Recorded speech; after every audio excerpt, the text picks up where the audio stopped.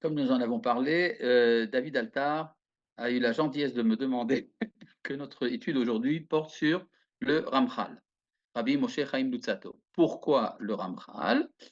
Tout simplement parce qu'il est, c'est la Haskara, le jour du décès donc de Ramchal, c'est ce soir. Le 26 Iyar, Yesod Sheba Yesod, et donc, étant donné que le Ramchal est un des personnages les plus importants du judaïsme, donc il mérite quand même une étude qui tourne autour de son enseignement.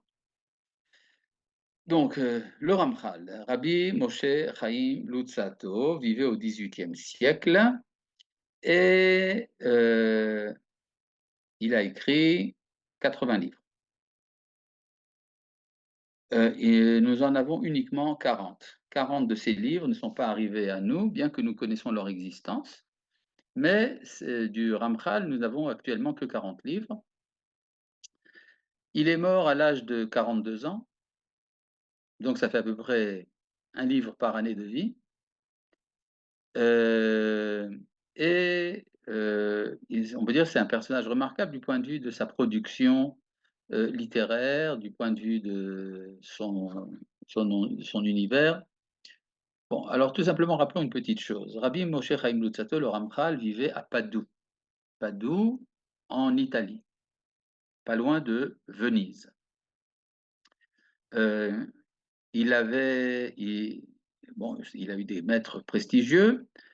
Entre autres choses, un de ses oncles possédait une bibliothèque dans laquelle il y avait tout, toute la littérature de Torah, toute la littérature de philosophie et de culture générale qui pouvait être acquise à l'époque. À l'âge de 12 ans, le jeune Moshe Chaim Luzzatto avait lu toute la bibliothèque. Donc il s'y connaissait aussi bien en Torah, dans les différents domaines de la Torah, le Niglé, le Nistar, la partie révélée, la partie cachée. Il était également versé donc dans les philosophies de son temps et dans la culture générale dans son ensemble. Donc à 12 ans déjà, c'était un petit génie, mais il a commencé à écrire assez tard, à l'âge de 15 ans. C'est à l'âge de 15 ans qu'il a écrit un petit livre qui s'appelle Asara Prakim, dans lequel il résume l'ensemble de la Kabbale du Hari, Rabbi Yitzhak Luria. À partir de l'âge de 18 ans, il a des révélations qui lui viennent d'un Maguide. Un Maguide, c'est une sorte d'ange qui transmet des contenus de sagesse, des secrets de la Torah, à une personne ou à une autre. Nous avons plusieurs tzadikim de ce genre qui effectivement avaient des contacts avec les anges d'en haut. Par exemple, Rabbi Yosef Karo a écrit un livre entier du nom de Magid Mesharim dans lequel il recopie ce qu'il a reçu, les enseignements de Torah qu'il a reçus de son maître céleste. Ramchal, lui aussi, en avait un, et cet ange lui a transmis ce qu'on appelait le nouveau Zohar. Le Zohar Sheni, le deuxième Zohar. C'est comme ça qu'il l'appelle, le deuxième Zohar, et qu'il a écrit en araméen, et qui parle de la Géoula. Et Ramchal a commencé à avoir un groupe d'élèves autour de lui. Un groupe d'élèves qui étudiait avec lui, et il a même fondé une yeshiva. Dans cette yeshiva, il avait un nombre assez important d'élèves, il en avait six élèves. Quand la yeshiva a grandi, elle est devenue une yeshiva avec 10 élèves. C'était le grand maximum de personnes qui étaient admises par Ramchal à son étude. Il y avait une règle dans la yeshiva, il y a nous avons reçu sont arrivées à nous les règles de comportement dans la yeshiva. Une des choses était qu'il fallait qu'il y ait en permanence une personne qui étudie le Zohar. C'est-à-dire à tout moment de la journée, dans les 24 heures de la journée, il y a au moins une personne qui étudie le Zohar. Donc il y avait des mishmarot, il y avait des équipes qui se relayaient. Euh, il y avait également, des lois très importantes. Par exemple, une des règles de la yeshiva, c'est que toute l'étude, ne doit pas être dans le but de recevoir pour soi-même un bénéfice ni matériel ni spirituel. La seule motivation de l'étude devait être la réparation de la Shekhinah, la présence divine sur terre, et du Klal Israël. Euh, donc, il est assez surprenant qu'il ait pu trouver une dizaine de personnes qui étaient prêtes à tout ça. Un point important qui est parfois oublié, les élèves de Ramchal étaient des étudiants en médecine à l'université de Padoue. Ils étudiaient la Torah, ils étaient également en contact avec la culture générale de leur époque. De manière générale, le judaïsme italien de l'époque était extrêmement ouvert à ce qu'on appelait à l'époque les Lumières. Et donc, il n'y avait pas cette, disons, cette gêne par rapport à l'étude du rôle, des études profanes, etc. Tout ça n'existait pas en Italie de l'époque. Ramchal lui-même était habillé à la mode de la Renaissance, avec des bas de soie, des dentelles, il n'avait pas de barbe. Enfin, tout cela correspond à un état d'esprit très différent de ce qu'on peut trouver dans les yeshivot de Lituanie, qui ont justement été influencés, c'est assez surprenant, par le Ramchal. Rappelons une chose importante, hein, il y a un livre du Ramchal qui est devenu un des ouvrages centraux dans toute la littérature hébraïque, c'est le Messilat Yesharim, son livre de morale. Le Messilat Yesharim est le fondement pratiquement exclusif de tout le mouvement du Moussar, et donc du moralisme en Israël. Et donc ce livre a été étudié en permanence dans les yeshivot. Dans toutes les yeshivot, à un moment de la journée, on étudie et on étudiait le Messilat Yesharim, le sentier de rectitude, comme on traduit ça, du Ramchal. Ce que dans les yeshivot, on ne savait pas, et Baruch Hashem qu'on ne le savait pas, c'était justement cette insertion du Ramchal dans la culture générale et également les ouvrages kabbalistiques extrêmement importants de Ramchal. Le fait que le Messilat Yesharim s'est répandu dans les yeshivot, c'est ça qui a légitimé par la suite le Ramchal dans tous ses autres ouvrages. Et grâce à ça, aujourd'hui, dans les yeshivot des Haredim même, on étudie parfois les ouvrages kabbalistiques du Ramchal. Autre petite remarque, il a écrit des pièces de théâtre, du Ramchal, dans un très bel hébreu d'ailleurs, et c'est la raison pour laquelle la littérature hébraïque moderne, pas forcément religieuse, voit dans le Ramchal son fondateur, le fondateur du renouveau littéraire de l'hébreu moderne. Bien avant Ben Yehuda et ceux qui ont réintroduit l'hébreu comme étant la langue parlée de nos jours, mais déjà Ramchal donc écrivait des pièces de théâtre très belles dans un style italien, en hébreu. Dans, chez, les, chez les académiciens, hein, alors on considère que Ramchal, dans ses pièces de théâtre, ne faisait que se conformer à la mode de son temps. C'est totalement faux. Il suffit de voir les introductions que donne le Ramchal à ses pièces de théâtre, dans lesquelles il explique quelles sont les sources dans le Zohar des scènes de théâtre qu'il écrit. Et donc, en fait, on peut voir dans le Ramchal l'origine de trois mouvements différents dans le peuple d'Israël. D'une part, donc, le mouvement littéraire qui a été repris par les Maskilim.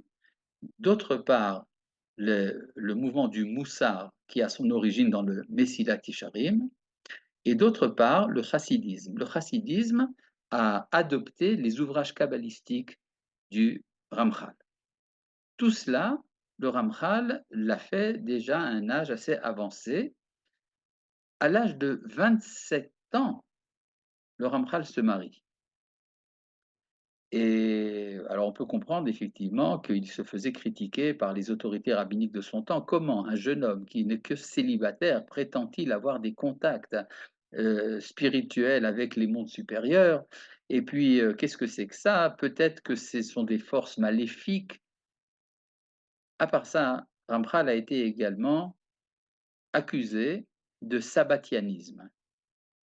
C'est-à-dire à l'époque, la secte sabbatéenne, les adeptes de Shabtai Tzvi, étaient encore assez actifs dans le monde juif, en général en secret, mais il y avait des opinions sabbatéennes qui étaient colportées secrètement dans différents milieux. Et le travail de certains rabbins était de lutter pour extirper les restes de ces sectes.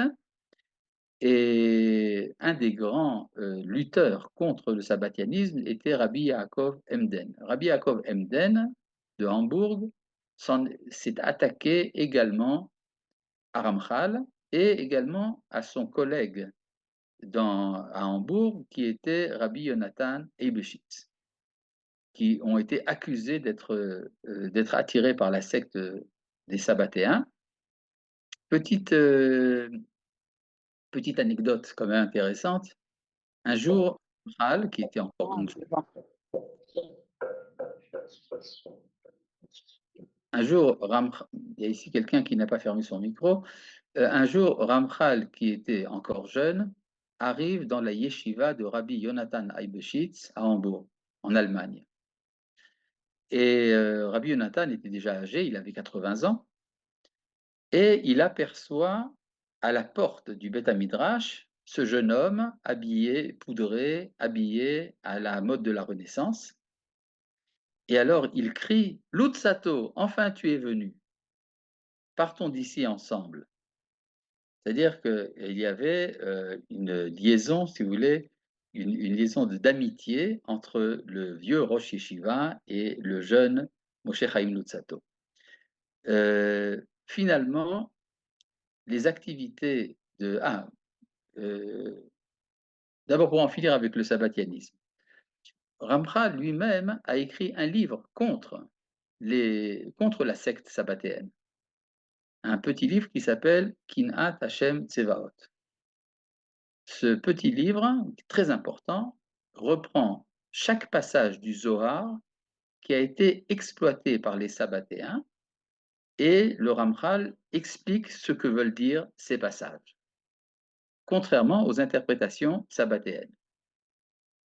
La conclusion dans les universités, c'est donc que Ramchal était un sabbatéen modéré.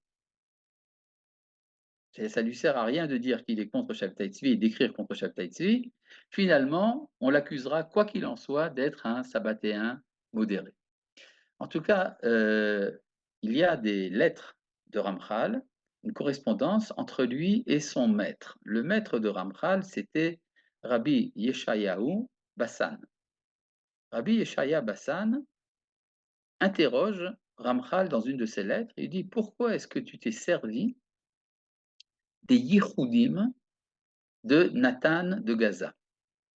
Alors, essayons d'expliquer un peu qu'est-ce que c'est que cette histoire. Nathan de Gaza était le prophète Élie de Shabtai Tzvi. Shabtai Tzvi lui-même se proclamait Mashiach.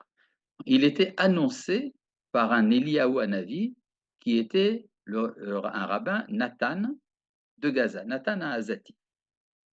Et donc, quand Shabtai Tzvi a abjuré son judaïsme et a embrassé l'islam, alors le tribunal de Venise a obligé Nathan à Azati de signer un document dans lequel il dit qu'il renonçait à son soutien à Shabtai Tzvi. Enfin, toujours est-il que ce Nathan Azati était un personnage douteux. Or, Ramchal se servait des kavanotes. Les kavanotes, ça veut dire les pensées kabbalistiques qui se joignent à la prière, qui sont enseignées par les kabbalistes. Or, Ramchal s'était servi partiellement des kavanotes de Nathan Azati, ce qui n'a fait que donc enflammer encore plus la critique contre lui. Et donc Rabbi Yeshaya Bassan demande à son élève Ramchal, mais pourquoi est-ce que tu t'es servi des kavanotes de Nathan Azati? Réponse de Ramchal à son maître. Il lui dit, pour ce qui est des kavanotes de Rabbi Nathan, vous voyez donc le danger déjà, il dit Rabbi Nathan, j'ai trouvé une grenade dont j'ai jeté l'écorce et j'ai mangé les graines. Dans une grenade, les graines sont mangeables, l'écorce est à rejeter. Et dit, donc chez Nathan Azati, il y avait des choses positives que j'ai prises. Donc on voit à nouveau l'ouverture d'esprit à la limite de l'hérésie, du danger d'hérésie qu'on peut trouver dans un personnage de la grandeur de Ramchal. Pour ce qui est donc ça c'était donc le premier point pour en finir avec le sabbatianisme. Et donc son livre Kinat Hashem Tsevaot est un livre fondamental pour ceux qui veulent voir comment est-ce que Ramchal étudie les passages du Zohar exploités par les sabbatéens. À part ça, à ce moment-là de sa vie, Ramchal a déjà un groupe d'élèves important et il enseigne en secret son nouveau Zohar. Mais un des élèves, le Rav Yekutiel Gordon de Vilna, tellement admiratif de son maître, commence à publier les enseignements de son maître. Et donc ça entraîne des réactions du tribunal rabbinique de Venise qui condamne Ramchal à cesser d'enseigner la Kabbale. Et à nouveau, nous avons une lettre de Rabbi Eshaya Bassan à son élève Ramchal. Il lui dit: pourquoi est-ce que tu as révélé tes secrets à cet Ashkénaze? Tu ne sais pas ils ne savent pas faire de différence, ils sont dangereux, etc. Et réponse du Ramchal à son maître: oui, mais cet Ashkénaze n'est pas comme les autres. Et donc, euh, c'est assez surprenant, mais enfin, c'est comme ça. En tout cas, finalement, Ramchal quitte l'Italie pour se rendre en Hollande. Il pense là-bas avoir plus de liberté.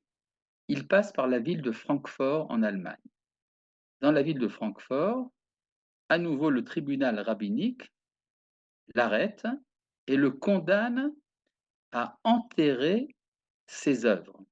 Et donc il enterre son nouveau Zohar et d'autres livres importants qui ne sont pas arrivés jusqu'à nous dans une boîte métallique qui jusqu'à ce jour doivent se trouver enterrés quelque part à Francfort et qu'on n'a pas encore retrouvé. Petite remarque, avant d'enterrer son nouveau Zohar, les élèves de Ramchal recopient le Zohar, et donc c'est comme ça que nous avons aujourd'hui ce texte qui a été publié par Yosef Avivi, et donc nous savons plus ou moins quel était ce que disait Ramchal là-bas. À part ça, il est condamné par le tribunal de Francfort à ne plus écrire de livres de Kabbale, et qu'il n'aurait le droit d'écrire que dans le style du Niglé. Effectivement, à partir de ce moment-là, Ramchal écrit de nombreux livres de Kabbale en langage de Niglé, c'est-à-dire sans employer la terminologie kabbalistique, mais il dit exactement la même chose. Il arrive à Amsterdam. À Amsterdam, il commence à écrire de nombreux livres. Il a une activité relativement tranquille et il gagne sa vie en polissant des verres, des lentilles de verre. Il polit donc ces lentilles. À part ça, il donne des cours de rhétorique et de logique. C'est la raison pour laquelle il écrit un livre de logique qui s'appelle le Sefer HaHigayon et également un livre de rhétorique qui s'appelle le Sefer HaMelitza. Et c'est la base des cours qu'il donnait pour ne pas gagner sa vie par la Torah. À part ça, il écrit un livre de résumé de toute la logique talmudique, c'est-à-dire il prend l'ensemble du Talmud et il explique quelles sont les règles du discours talmudique. Ce livre s'appelle Derech Tevunot. Petite remarque sur ce qui se passe à Amsterdam. C'est à Amsterdam que le Ramchal écrit son livre Messilat Yesharim, le livre de morale fondamentale du judaïsme. Un de ses opposants, donc Rabbi Yaakov Emdin, dont j'ai parlé tout à l'heure, dit que bien que Ramchal est suspect de sabbatianisme, son livre Messilat Yesharim est entièrement kasher. Ouf, heureusement. Et je voudrais rappeler que 2 générations avant Ramchal, il y avait un autre juif qui habitait à Amsterdam, et qui gagnait sa vie en polissant des verres et qui a écrit lui aussi un livre de morale du nom de l'Éthique. Je parle ici donc de Baruch Spinoza. Et je pense qu'il y a dans le Messiat Yesharim un dialogue contre Spinoza, en particulier à propos de la Midat Ha'anava, de l'humilité. Quand le Ramchal parle de l'humilité, alors rappelons-nous d'abord ce que dit Spinoza. Spinoza dit que l'orgueil est un défaut, parce que l'orgueil est une bêtise, puisque un homme orgueilleux s'attribue des qualités qui ne sont pas les siennes. Mais Spinoza rajoute également que l'humilité aussi est un mal, parce que l'humilité est une faiblesse, c'est une tristesse, et la tristesse est une faiblesse de l'âme, et donc l'humilité aussi est un mauvais caractère, c'est un défaut. Seulement, Spinoza, qui est un peu cynique, dit il est bon de continuer à enseigner à la multitude que l'humilité est une bonne chose, afin qu'il ne porte pas atteinte aux sages. En tout cas, donc, on voit que Spinoza n'aime pas l'humilité. Par contre, dans le Messilat Yesharim, écrit donc par un autre juif, le Ramchal, à Amsterdam, 2 générations plus tard, il écrit que l'humilité est une des plus hautes vertus. Mais il explique que pour accéder à l'humilité, à la hanava, il faut d'abord connaître Dieu.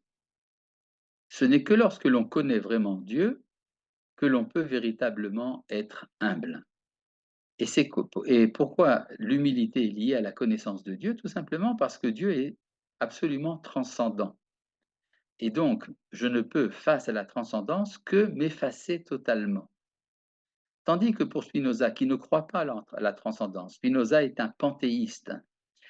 Donc, je fais partie du monde, je suis moi aussi une parcelle de ce Dieu qui n'est autre que la nature, et donc je n'ai pas devant qui m'effacer. Conclusion, il y a un rapport entre la théologie et la morale. La théologie de Spinoza l'amène à repousser l'humilité, et la théologie de Ramchal l'amène à magnifier l'humilité.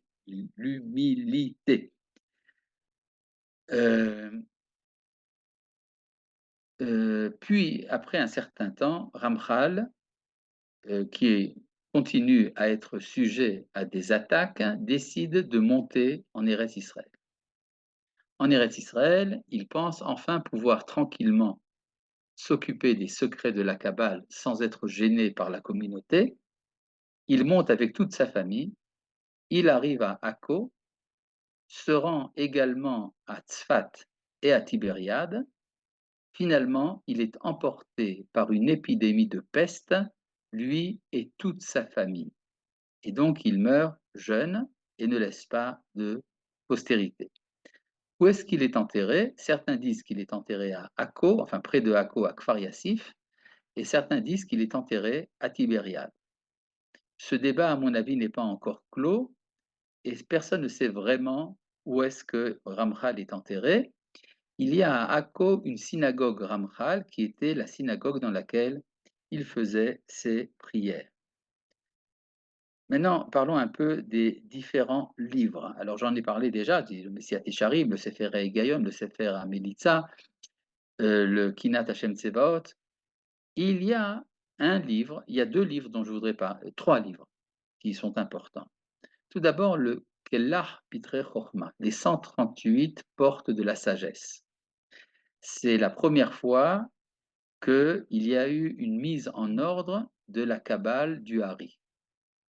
La Kabbale du Hari, extrêmement ardue, extrêmement compliquée, a besoin d'être expliquée et également expliquée en termes philosophiques et rationnels. Et il y a chez le Ramchal une tentative donc d'expliquer la Kabbale de manière rationnelle. C'est un des livres les plus importants qui sont aujourd'hui étudiés pour comprendre les enseignements du Hari. C'est le Klar Pitrei Chochma. D'ailleurs, Ramchal, en toute humilité, dit la chose suivante. Les secrets de la Torah ont commencé à être révélés au grand monde par Rabbi Shimon Bar Yochai, mais ce qui n'était pas clair dans les enseignements de Rabbi Shimon Bar Yochai a été clarifié par le Hari, et ce qui n'était pas encore assez clair dans le Hari, Dieu m'a choisi pour le clarifier. Et il se voit comme étant le troisième maillon d'une chaîne de révélation des secrets de la Kabbale. C'est le Klar Pitrei Chochma. Il y a également un livre d'ailleurs plus petit qui contient l'essentiel du Klar Pitrei Chochma, c'est le Roker ou Mekoubal. C'est un débat entre un philosophe et un kabbaliste. Un philosophe qui attaque la Kabbale et Ramchal qui répond aux attaques du philosophe. C'est un livre d'ailleurs avec une certaine pointe d'humour. Ça vaut la peine d'être lu. Il y a un autre livre, le Da'at Tevunot. Le Da'at Tevunot est une sorte de théodicée. C'est quoi une théodicée? C'est un mot employé par le philosophe Leibniz, contemporain de Ramchal, dont Ramchal s'est peut-être d'ailleurs inspiré, qui traite du problème du mal. Théodicée veut dire justification de la justice divine. En effet, un des grands problèmes traités dans le judaïsme, c'est la souffrance du juste. Tzaddik veralo, le juste pour qui ça va mal. Alors qu'il y a le racha vetovlo, le méchant qui lui réussit. Alors, ce problème est évoqué par exemple dans le livre de Yov, dans le Tanakh, étudié par la Gemara dans beaucoup d'endroits, et par Maïmonide également dans le Guide des Égarés, et le Ramchal écrit un des livres les plus profonds qui ont été écrits sur la question, sous forme de dialogue. Les deux dialogueurs sont l'intelligence et l'âme. C'est l'âme qui pose des questions, c'est l'intelligence qui répond. Neshama Sechet. Et là, le Ramchal développe des idées assez importantes. Tout d'abord, cette idée que le monde connaît une évolution spirituelle et que l'état du monde change. Et les rapports entre matière et esprit changent au cours des générations.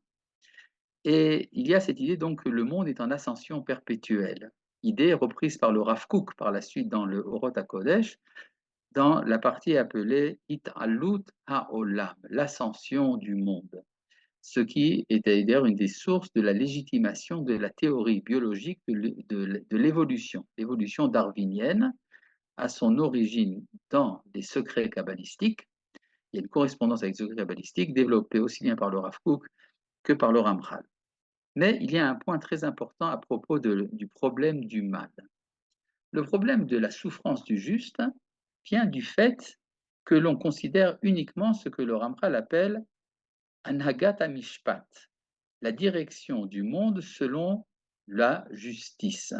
La direction selon la justice, cela voudrait dire qu'il y a un contrat entre Dieu et les hommes, et en particulier avec Israël, comme quoi, lorsque nous faisons le bien, ça va bien, et quand nous faisons le mal, ça va mal. Par exemple, la paracha que nous avons lue ce Shabbat, Bechukotai, elle nous dit cela. Si vous suivez mes voies, ça ira très bien. Si vous ne suivez pas mes voies, ça ira très mal. Or, la réalité dit le contraire. Alors, le Ramchal dit que ce que dit la Torah dans le, dans le, pardon, dans le contrat de la paracha de Bechukotai n'est qu'une partie de la direction de l'histoire. Il y a, indépendamment de la Anhagat HaMishpat, de la direction selon les lois de la justice, il y a également Anhagat HaYichud, la direction de l'histoire pour révéler l'unité de Dieu. Or, selon la direction de l'unité de Dieu, il est tout à fait possible que le mal l'emporte. Cette idée, je voudrais donner ça par une parabole. Si vous avez un grand roi et que ce roi est accepté par ses adeptes, ben, ça va de soi. Ce sont ses adeptes, donc il l'accepte. Mais il faut, quand c'est ceux qui se révoltent contre le roi, quand les révoltés acceptent la domination du roi, c'est là que le roi est vraiment grand. C'est pour ça qu'il faut qu'il y ait des opposants au roi. Or, ces opposants au roi, le roi étant ici Dieu, les opposants sont les forces du mal. Donc il faut donner provisoirement une certaine force aux forces du mal pour permettre la révélation de l'unité de Dieu. Et donc une réconciliation entre ces deux directions, la Hanagat HaYichud et la Hanagat HaMishpat, c'est-à-dire la direction selon l'unité, la direction selon la justice. Une petite seconde.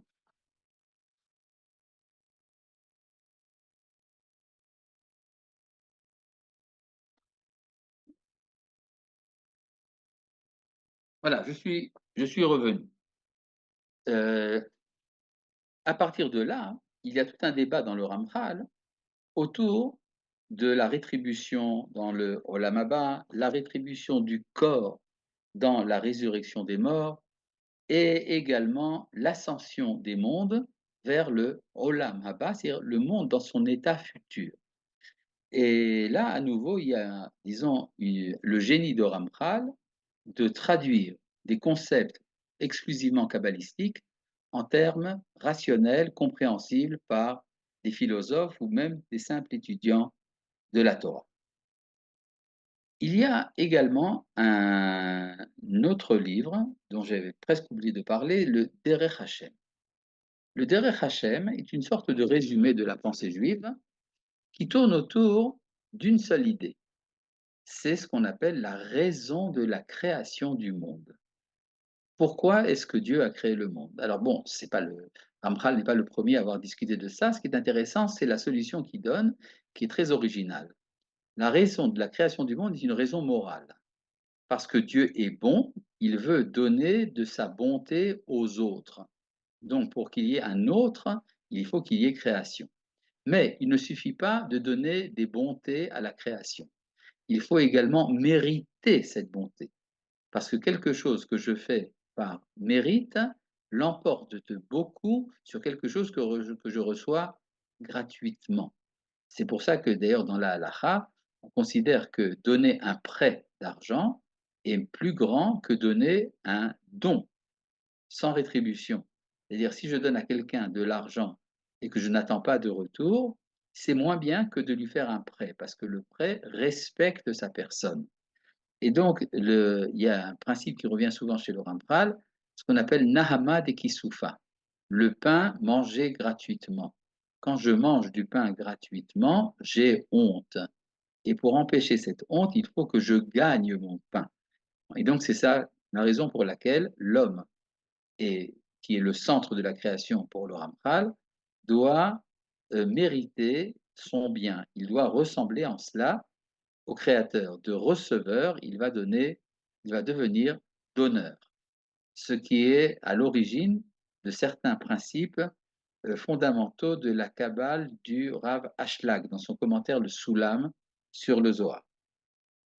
Euh, il y a également un autre livre qui est le Ma'amar Hagioula. Vous voyez que je ne fais que vous donner des avant-goûts de ces livres. Je vous invite à remplir votre bibliothèque des œuvres de Ramchal et alors vous aurez donc du temps. Vous avez de quoi remplir votre temps, vous ne serez pas ennuyé.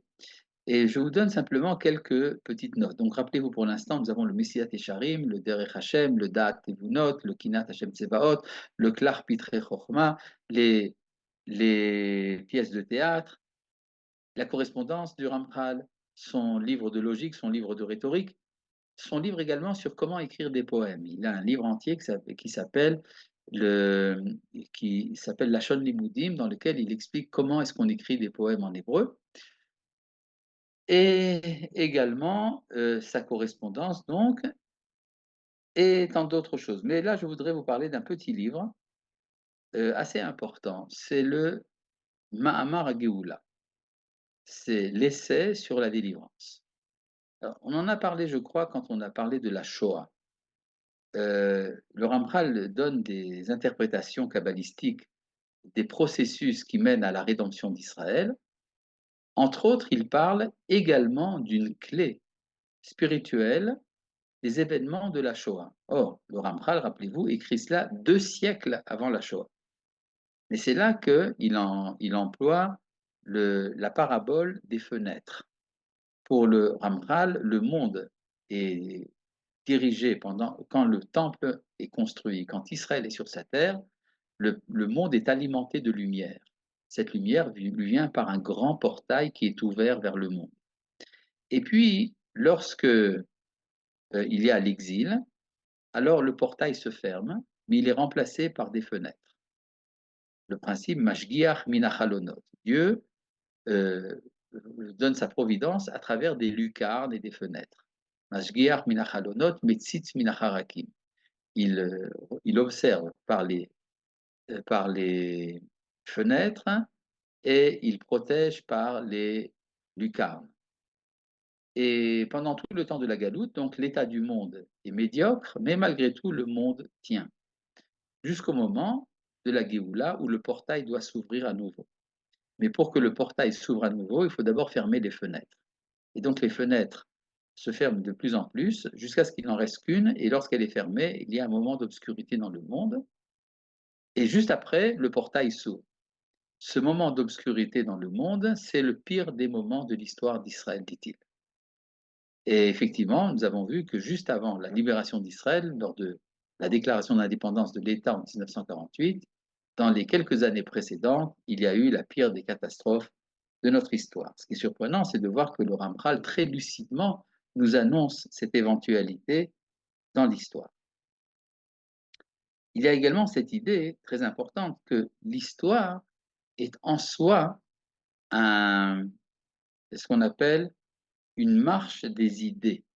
C'est-à-dire, il y avait un philosophe du nom de Hegel en Allemagne qui était inspiré par Vico, qui probablement a été inspiré également par Ramchal et en tout cas par le Maharal de Prague, comme quoi l'histoire serait une sorte de dialectique historique qui fait avancer le monde des idées, les idées dans le sens platonicien du terme, qui se manifestent à travers l'histoire. Il y a un moment pour chaque idée, sous forme de thèse, qui invite une antithèse, qui va créer une synthèse, et que cette synthèse va devenir en soi une nouvelle thèse, qui va créer une nouvelle antithèse, etc. C'est-à-dire que l'histoire est en ascension perpétuelle. Cette idée se retrouve très fortement dans le Ramchal, dans le Dat Tevunot et dans le Klar Piter Chokma, également dans le Ma'amar HaGeoula. Il y a également un petit livre important du Ramchal qui s'appelle Taktu Tfilot. Taktu, ça veut dire 515, Gematria, 515 prières. Pourquoi 515 prières? Parce que les sages nous disent que Moïse, Moshe, a fait 515 prières pour rentrer en Eretz Israël. C'est selon la gématria du mot va être Hanan. Va être Hanan, j'ai supplié de pouvoir entrer en Eretz Israël. Le mot j'ai supplié va être Hanan a pour valeur 515. Et donc, si Moshe a fait 515 prières pour pouvoir entrer en Eretz Israël, Ramchal dit il faut faire 515 prières pour amener la Géoula. Et nous avons donc son livre, le Taktu Tefilot, les 515 prières de Ramchal qui sont sublimes pour l'avènement de la Géoula, sans parler également de son petit livre Shivim Tikkunim, les 70 réparations, qui sont en parallèle avec le livre du Tikkun Zohar. Le Tikkun Zohar, qui fait partie du Zohar, nous donne 70 chapitres pour expliquer le mot Bereshit. Et dans le Shivim Tikkunim, dans les 70 Tikkunim de Ramchal, vous avez 70 interprétations du dernier verset de la Torah. Si le Tikkun Zohar parle du premier verset, alors le Ramchal parle du dernier verset, ce qui lui donne un petit livre de 70 chapitres autour du dernier verset de la Torah. Là, je voudrais revenir un peu en arrière, avec votre autorisation, dans le Messilat Yesharim. Le Messilat Yesharim, qui est en fait quand même le premier livre du Ramchal que l'on étudie. Je ne parle pas également du Sefer Hadrachim. Je ne vois pas votre inscription au cours. Seconde. Oh, pardon, je me suis trompé de copier-coller. Question de Dan. Cela signifie-t-il que nous avons connu la période la plus difficile pour notre peuple? Quelle est la question? Le fait que le Ramchal ait écrit ça, est-ce que ça veut dire que c'est la période, est-ce qu'on a passé la période la plus difficile pour notre Oui, nous peuple? avons passé ça. C'était la Shoah. La Shoah, 6 millions d'assassinés en 3 ans, c'est pas n'importe quoi, n'est-ce pas? Et donc, nous avons passé la période la plus difficile. Certains disent que la guerre de Gog et Magog est plus difficile, mais rappelez-vous que selon certaines traditions, la guerre de Gog et Magog ne doit durer que 3 heures. Donc, tenez-vous bien, si, quand commence la guerre de Magog et Magog, allez faire la sieste et réveillez-vous 3 heures plus tard, tout ira bien. Je reviens donc au Messilat Yesharim.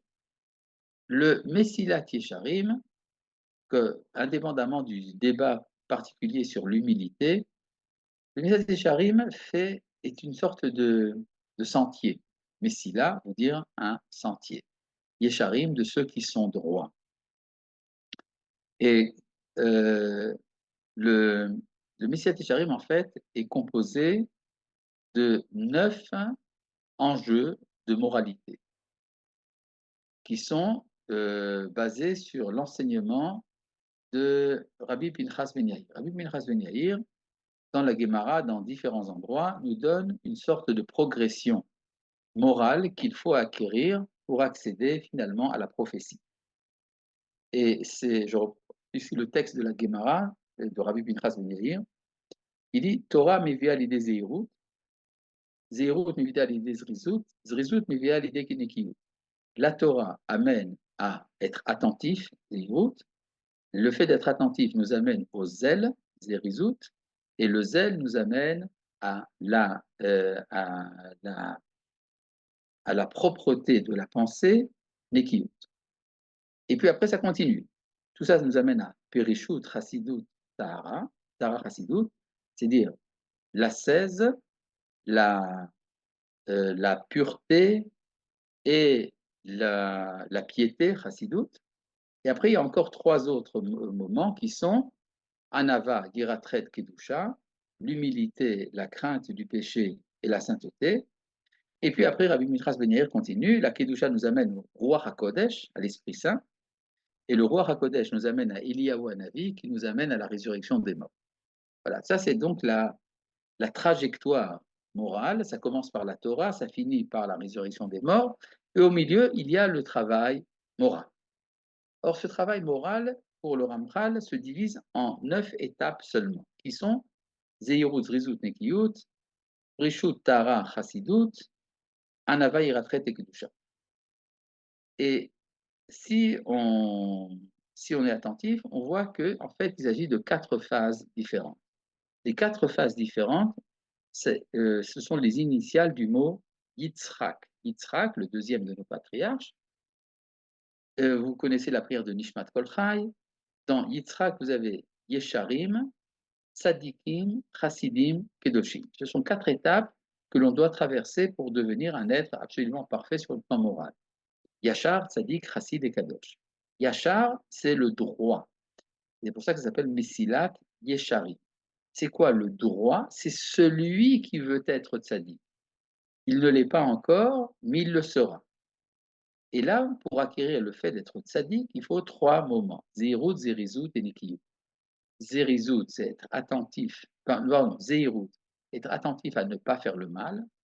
Zérizut, être zélé pour faire le bien. Et Nekiyut, ne pas avoir d'inclination à se permettre le mal. Ça, quand on a ces 3 phases-là, on est arrivé au niveau de Tzadi. Ça, c'est jusqu'au 11e chapitre du Messilat Yesharim. Après, vous passez à la deuxième phase, qui est comment devenir chassid. Pour devenir chassid, il y a Perishut, Tahara et Chassidut. Je vais, disons, être très bref, ça veut dire faire plus que le bien. Faire plus que le bien, c'est plus qu'être tzaddik, c'est être chassid. Pour être chassid, il faut passer par une phase de restriction du champ matériel. C'est-à-dire qu'il faut, pour cela, par exemple, moins manger, même ce qui est permis. Moins de jouissances du monde, même si ces jouissances sont autorisées. Et puis après, on arrive à la Kedusha. La Kedusha, le Kadosh, passe par 3 phases, Anava, Iratret et Kedusha, l'humilité, la crainte du péché et la sainteté. Et là, il y a une sorte de révolution copernicienne. alors que pour être chassid, il faut restreindre le champ des jouissances matérielles. Pour être tzaddik, pour être kadosh, par contre, le kadosh est celui qui est tellement lié à la connaissance de Dieu que tout est sanctifié chez lui. Et donc, il mange plus que le tzaddik. Il va jouir de ce monde et il va arriver donc à un état d'être dans lequel il y a une harmonie profonde entre sa vie intérieure et sa vie extérieure. Alors, contrairement à l'idée qui est que l'homme moral est un homme qui fuit le monde, le Ramchal nous dira que ce n'est vrai qu'au milieu, la phase du tzaddik. Mais une fois le tzaddik dépassé, c'est alors qu'on arrive à la kedusha, à la sainteté qui va sanctifier toutes les activités de la vie. Et donc, de ce point de vue-là, le Ramchal est un annonciateur de la pensée du Rav Kook. La pensée du Rav Kook qui est que la sanctification de la nature, de la vie naturelle, de la vie terrestre, c'est l'enjeu de la vie d'Eretz Israël. Alors, chez le Ramchal, ça se passe au niveau de l'individu qui arrive à être kadosh. Chez le Rav Kook, ça passe au niveau du klal. C'est le klal qui est le lieu, le réceptacle de la sainteté de la nature. Donc, on voit déjà comment le Ramchal est à l'origine également non seulement donc, du chassidisme, de la Haskalah et de la Tnuat HaMussar, du mouvement du Moussar, mais est également une des sources d'inspiration essentielles de la pensée du Rav Kook. Donc on peut dire que le Ramchal n'est pas n'importe qui, il est pour nous une des grandes lumières du peuple juif. Pourquoi est-ce que le jour de la Hiloula du Ramchal, c'est le 26 du mois de Iyar? Vous allez me dire parce que c'est le jour où il est mort. Mais je demande pourquoi est-ce qu'il est mort ce jour-là? Il est mort ce jour-là parce que dans le conte du Homer, dans la Sphira Homer, c'est le moment de ce qu'on appelle Yesod Sheba Yesod. Yesod étant une des midot, étant une des séphirotes du monde kabbalistique et qui représente la fécondité. Le Yesod, c'est la fécondité.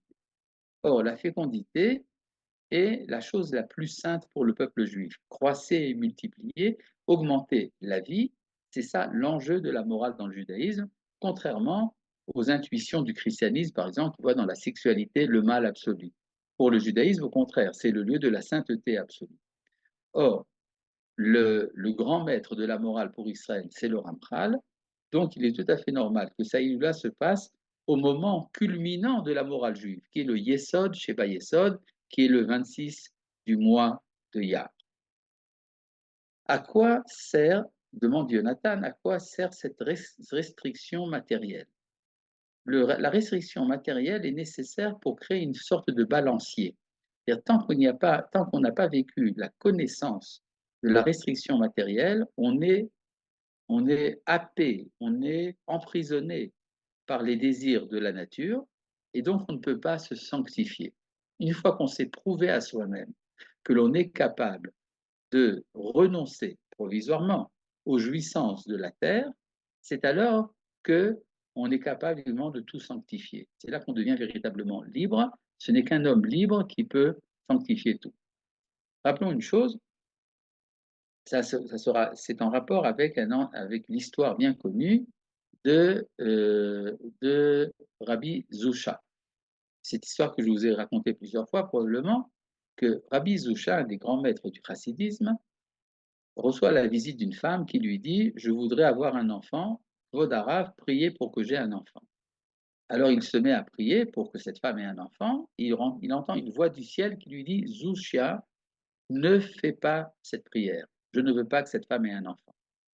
Alors Zusha continue sa prière, il entend une voix du ciel qui lui dit « Si tu fais la prière, elle aura un enfant, mais toi, tu n'auras pas ton paradis. » Réaction de Zusha, ah, enfin, je vais pouvoir servir l'Éternel sans espérer de récompense. Il continue sa prière et il entend une voix du ciel qui lui dit, Zusha, si tu continues à prier, cette femme aura un enfant, mais ton paradis, tu le recevras quand même. Il continue à prier.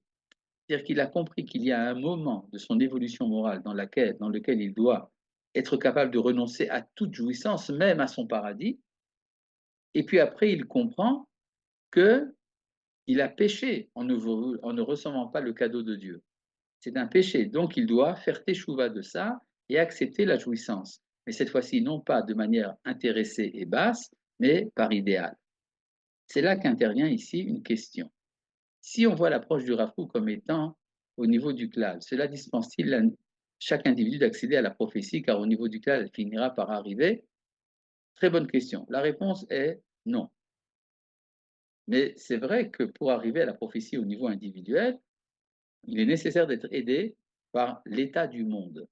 La prophétie n'est pas simplement un phénomène individuel, elle est l'expression d'un état, d'un nouvel état d'ascension du monde vers un niveau supérieur. Je pense que nous avons fait ici un parcours intéressant à travers le personnage du Ramchal. Et s'il y a encore des questions, je suis là pour essayer d'y répondre. Bonjour Rav, comment peut-on savoir que l'enseignement du Ramchal vient bien de la tradition, car vous dites que c'est un nouveau Zohar. Donc, vous n'avez qu'à l'étudier et voir de quelle manière il y a un éclaircissement lumineux de la tradition zoharique par les enseignements du Ramchal. C'est-à-dire le nouveau Zohar, c'est un renouvellement du Zohar. Vas-y David. Arabe, si j'ai... Oula. Non, c'est bon. Si j'ai pas le temps d'étudier, est-ce qu'ils vont m'étudier le Ramchal ou le Hari ou Rav Loria? Commencez par le Ramchal, c'est plus simple. Commencez par son livre Derech Chochma. Dans le Derech Chochma, il y a des introductions aux enseignements du Hari. Et si Derech Chochma, c'est encore un peu compliqué, est-ce qu'il y a encore... Alors renoncez, on ne peut pas tout faire. Non, mais le premier livre qu'on étudie quand on rentre dans la Kabbale, c'est le Shaharei Ora. Arabe, Cherki, s'il n'y a pas d'autres questions, messieurs, dames, vous pouvez allumer vos micros. Donc je vous laisse. S'il n'y a pas d'autres questions, Arabe Toda Rabba, Shavua Tov. Shavua tov, à bientôt. Shalom, Shabbat shalom. Shalom. Merci beaucoup. Shalom à toutes et à tous. J'espère que tout le monde va bien et que vous avez profité de ce dernier cours de cette matinée d'études à la Yeshiva d'Orod Kelim. Qu'est-ce que je voulais vous dire? Donc, vous voyez, c'est pour ça que c'est payant la Yeshiva. Voilà, comme ça c'est fait. Ouais, tout est prévu. Bref, en vous souhaitant à tous une excellente journée, vous recevrez les enregistrements dans la journée, Ezrat Hashem cet après-midi. Et voilà, s'il n'y a pas d'autres questions. Merci David, merci beaucoup, Shawator. On se retrouve à Akko ou à Tibériade ce soir, David?